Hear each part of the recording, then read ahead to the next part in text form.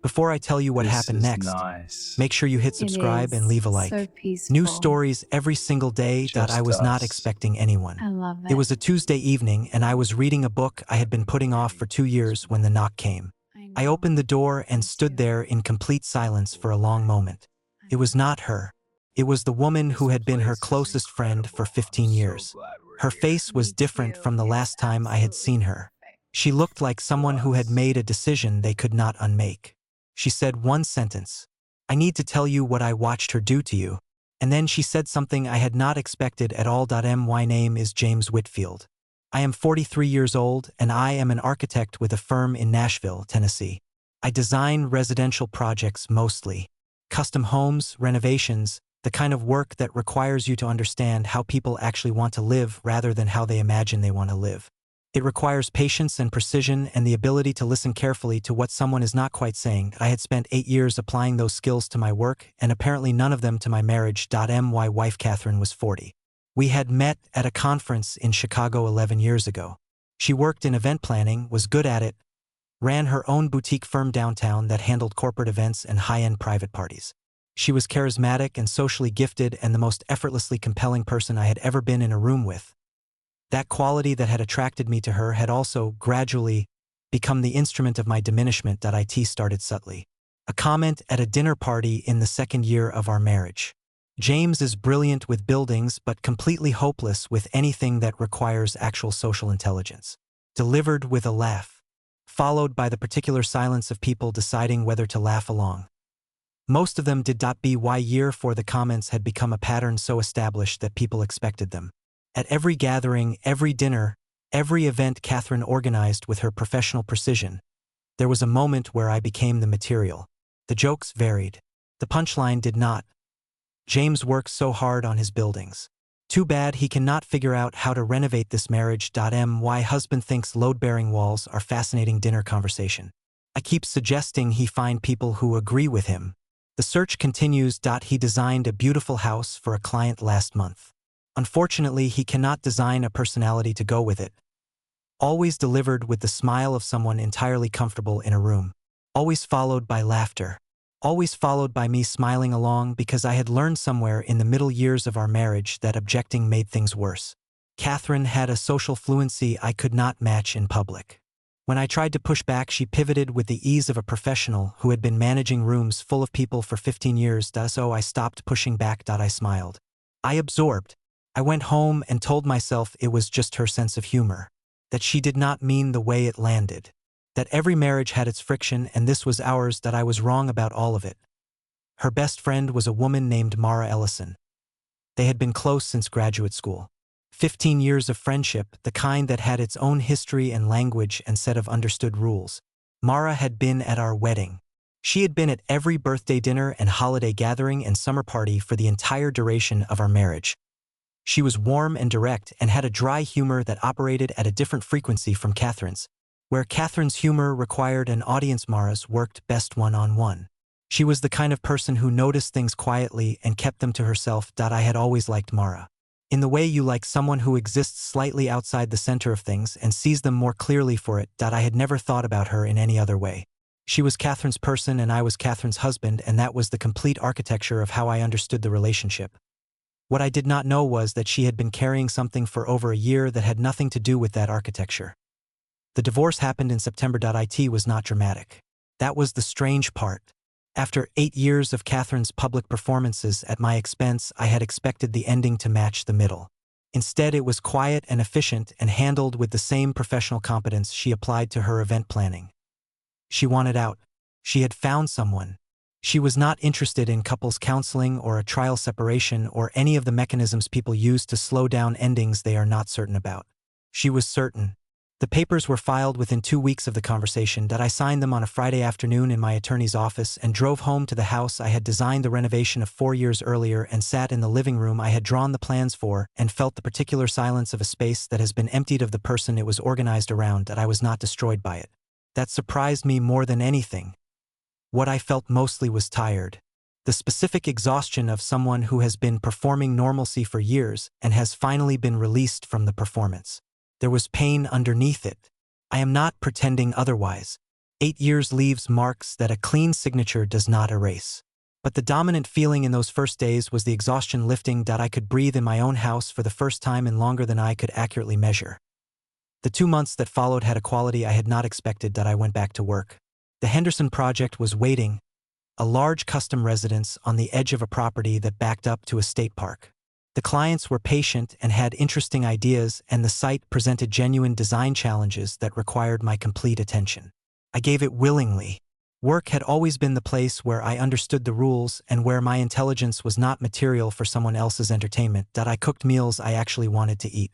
I ran in the mornings along the river trail. I called my brother in Portland twice a week and had real conversations without monitoring what I said for content that might later appear at a dinner party. Small things, but they accumulated into something that felt genuinely like my own life. The social adjustment was more complicated. Catherine and I had shared a social circle for 8 years. The dissolution of the marriage required everyone in that circle to reconfigure their understanding of who we were and what their relationship to each of us meant going forward. Some people navigated it cleanly. Others did not. I received a text from a man named David who had been a regular at Catherine's events. He said he had always found her comments about me uncomfortable and apologized for laughing along. I thanked him and did not know quite what to do with the information. I received nothing from most of the others. Mara, I did not hear from at all. I had noticed her absence from the handful of interactions I had with former mutual friends. When I thought about it, I assumed she had stayed in Catherine's orbit, which was the natural thing.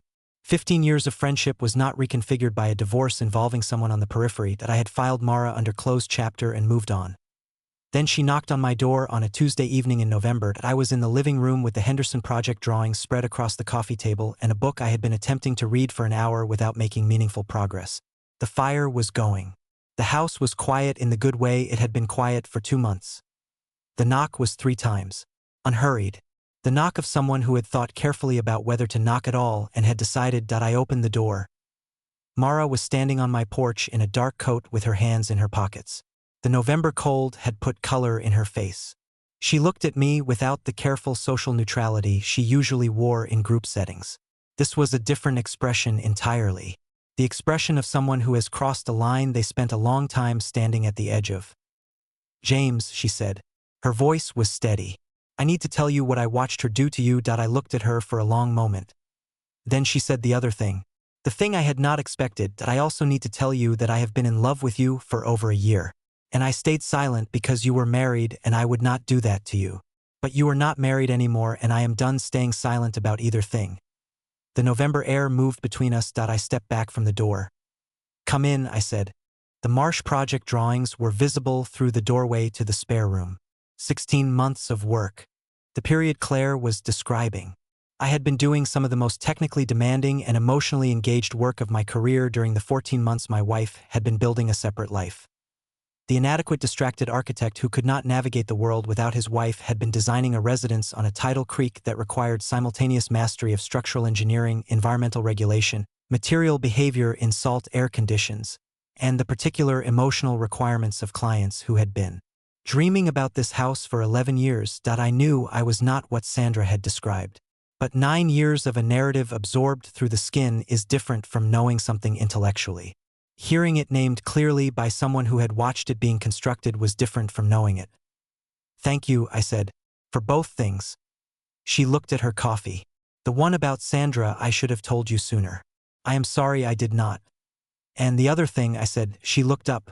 Her expression was the same as it had been on the porch. Open. Decided.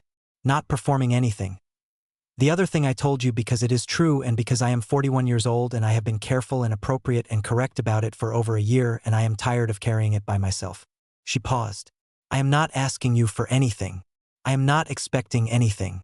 I just needed you to have it. The October evening had gotten dark while we talked. The kitchen light made the room feel warm and contained. Outside the window the neighborhood had gone quiet. I am glad you came, I said. She nodded. She stood and I took her cup to the sink. When I came back she had her jacket on and was looking at a small architectural sketch I had framed in the hallway. A preliminary study for a project from 3 years ago that I had always liked. You drew this, she said. Yes, I said. She studied it for a moment. There is something in the way you draw that you cannot fake, she said. The care in it. You can see it in the line wait. Then she looked at me and said good night and walked down my porch steps and to her car that I stood in the doorway until the tail lights were gone. Then I went back inside and sat at the kitchen table for a long time in the quiet that was entirely different from the quiet of the previous 2 months. Not emptier, fuller somehow. The quiet of a space that has just received something real and is still holding it. I did not call Claire the next day. Not because I did not want to, because I understood that what she had done the previous evening required a response that I was not yet ready to give correctly. She had been precise and honest and had asked for nothing. The least I could do was match that precision before I said anything at all. I went to work instead. The marsh project needed a final decision on the fenestration of the creek-facing elevation. The clients wanted maximum water views without compromising the thermal performance of the envelope. It was the kind of problem that had a right answer buried inside a set of competing constraints, and finding it required complete attention. I gave it complete attention for 6 hours. By the time I came up for air, the afternoon had gone golden through the windows of the drafting room, and I had a solution I was confident in and a mind that had processed considerably more than the window problem during the hours I had been focused on it. I thought about what Claire had said about the narrative Sandra had constructed. Not the affair. I had processed the affair in September with the methodical patience I applied to everything that required methodical patience. 14 months was a number that recontextualized certain things I had known without being able to articulate, and it was useful to have it clearly stated, but it did not change the fundamental situation. The marriage was finished. The reasons were what they were. What I thought about was the other part. The narrative. The careful public construction of a version of me that made the ending legible as evolution rather than betrayal. The distracted, inadequate architect who needed his wife to translate the world into terms he could manage. I had lived inside that narrative for long enough that I had partially absorbed it. Not entirely. I knew the work I did and what it required, and I had never genuinely believed the cartoon version Sandra performed at her dinner parties. But absorption does not require belief. It only requires repeated exposure. And 9 years of repeated exposure leaves residue regardless of whether you believe the thing being deposited. Claire had named it clearly, and the naming had done something I had not expected. It had released it. Not completely and not instantly. But the particular weight of a story told about you by someone with social fluency in a series of rooms full of people who accepted it without question had been somewhat lifted by a single conversation in a kitchen with someone who had watched the story being told and knew it was constructed. That was worth something considerable. She called me on Thursday. Her voice had returned to something closer to the Claire I had known from 9 years of peripheral acquaintance. The openness of Tuesday evening was still there, but sitting alongside it now was the slight uncertainty of someone who has said something significant and is waiting to understand how it has landed. I wanted to check in, she said. Not to push anything, just to make sure Tuesday was not too much. Tuesday was not too much, I said. Tuesday was exactly right. She was quiet for a moment. I appreciate you saying that. I mean it, I said. Both parts were things I needed to hear. I have been thinking about the second part more than the first. She laughed once. Brief and genuine. That is either very good or very complicated. Probably both, I said. She laughed again. The good kind of laugh. The kind that is not performing anything. We talked for 40 minutes. Not about Sandra. Not about the affair or the narrative or any of the specific content of Tuesday's conversation. We talked about her current project, a residential landscape design for a property on Tybee Island that required her to work around a mature live oak whose root system complicated everything but whose presence made the entire property worth designing around. That is the best kind of constraint, I said. The one that becomes the organizing principle rather than the problem to be solved. Yes, she said. Exactly that. You either fight it or you let it tell you what the design needs to be. I could hear in her voice that she was genuinely engaged with the problem. Not performing engagement for my benefit. Just thinking out loud with someone she trusted to follow the thinking. I had forgotten what that felt like. We made plans to have dinner the following week. Nothing waited. Just dinner at a restaurant she liked near the historic district. The kind of evening that did not require either of us to define what it was before we had it. The dinner was on a Wednesday. She was already there when I arrived, sitting at a corner table with a glass of water and a small notebook she closed when she saw me. The restaurant was quiet for a Wednesday. Old building, good light, the kind of place that had been there long enough to stop trying to impress anyone. She looked at ease in a way I had not often seen her look at Sandra's events. At Sandra's events, Claire had always had the slight, contained quality of someone managing their presence carefully. Here she was just herself. Entirely present and entirely unmanaged. We talked through dinner about everything and nothing in roughly equal proportions. Her Tybee Island project and its magnificent problematic oak. My marsh project and the creek-facing fenestration solution I had finally landed on. A book she had been reading about the history of urban planning in American cities. A documentary I had watched the previous week about a Japanese carpenter who spent 40 years perfecting a single joint technique. She asked questions that showed she had retained details from previous conversations. Not as a performance. Just because she had been listening and the details had stayed. I found myself describing the Marsh project in more depth than I typically described work to people outside the profession. Not because I was trying to impress her. Because she was asking genuine questions and following the answers with genuine interest, and the combination produced in me the particular pleasure of someone being actually seen in the thing they do rather than having it used as material. At one point she asked about a design decision I had made early in the project that I had later reversed. Why the reversal? I explained the reasoning.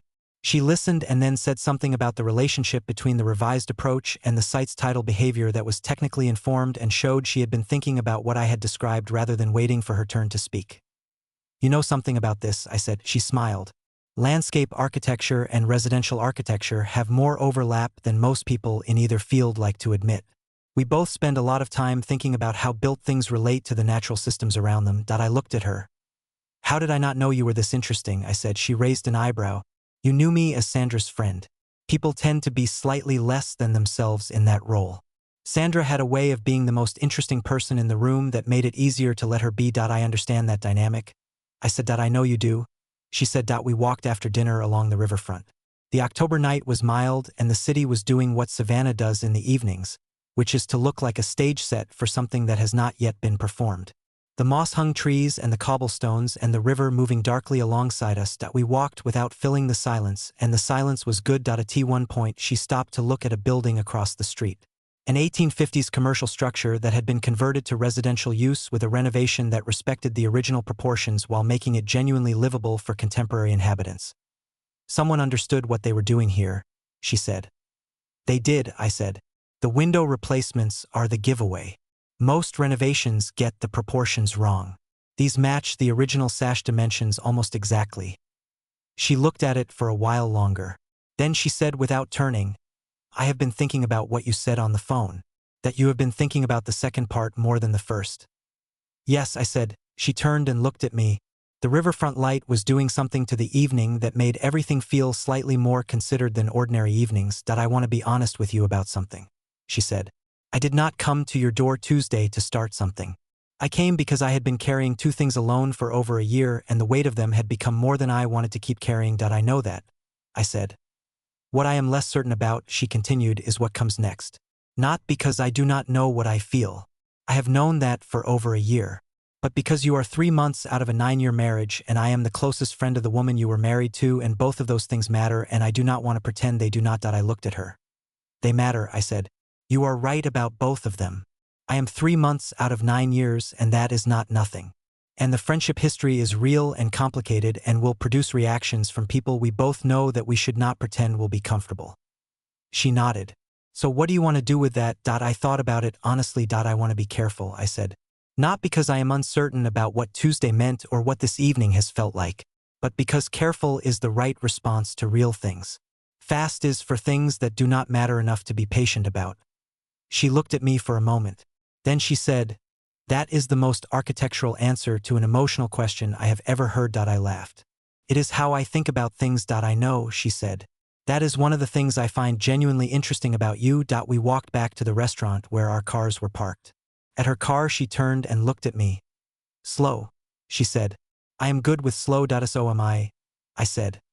She drove away and I stood on the cobblestones for a moment looking at the building she had stopped to look at. The one where someone had understood what they were doing with the window proportions. Then I drove home. The months that followed had the quality of something being built correctly. Not quickly. Not dramatically.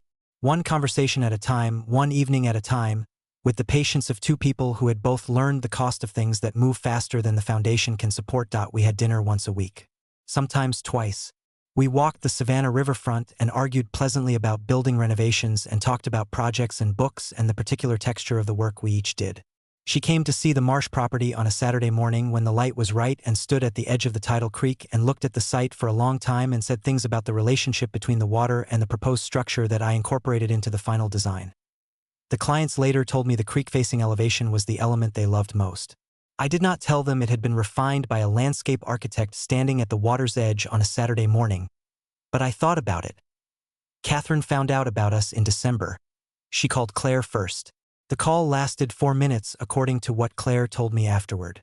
Sandra's voice had been cold and precise and had covered in those 4 minutes the full inventory of betrayals she considered Claire to have committed.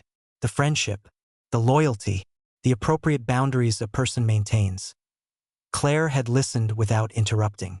When Sandra finished, Claire said one thing. "You were unfaithful to him for over a year while I watched. You built a story about his inadequacy to justify an exit you had already planned. You do not get to define the terms of what comes next." Then she ended the call. She told me about it that evening over dinner at her apartment. She was not distressed exactly. She had the quality of someone who had prepared for a particular conversation and had found it was approximately what they had anticipated. "How do you feel?" I said. She thought about it honestly. "Sad," she said. 15 years is 15 years, and the ending of it, regardless of the reason, is a real loss. But not uncertain. What I did and why I did it is clear to me, and I can carry it. I looked at her across the table. "You are remarkably steady," I said. She shook her head. "I am not always steady. I have had moments in the past few months that were not steady at all." She met my eyes. "You just have not seen those moments because I was working through them before I brought them to you." I sat with that. "That is a kind thing," I said. "It is a self-protective thing," she said. "I did not want to make my uncertainty your problem while you were still working through your own." I stood up from the table and came around to her side, and she looked up at me, and I said something I had been certain of for several weeks and had been waiting for the right moment to say. "I am not working through it anymore," I said. "I know where I am. I know what this is. I am not uncertain about any of it." She held my gaze for a long moment. "Neither am I," she said. The Marsh project completed in March. The clients held a small gathering at the finished house on a Saturday afternoon. Standing on the creek-facing deck, watching the tidal water move in the afternoon light, I felt the particular satisfaction of a building that had become exactly what it needed to be. Not what had been imagined at the outset. Something better. Something that had found its form through the specific constraints of the specific site and the specific requirements of the specific people who would live inside it.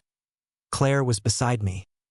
She was looking at the water with the same quality of attention she brought to everything. Present, precise, genuinely engaged. "The oak on the Tybee Island property," she said. "The client approved the final planting plan yesterday. We are working around the root system the way you said, letting it be the organizing principle." I looked at her.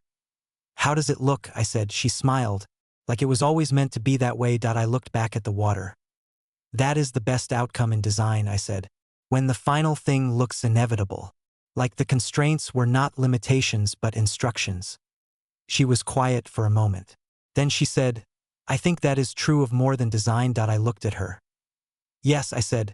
"I think it is." Below us, the tidal creek moved in its ancient, unhurried way, entirely indifferent to the building that had been carefully placed beside it, and to the two people standing on its deck having a conversation that felt, as the best conversations do, like something that had been moving toward this point for longer than either of them had consciously known. Slow is not the same as uncertain. Patient is not the same as passive. Sometimes the right thing takes the time it needs to take, and the taking of that time is itself the evidence that it is the right thing. Build carefully. On ground that holds.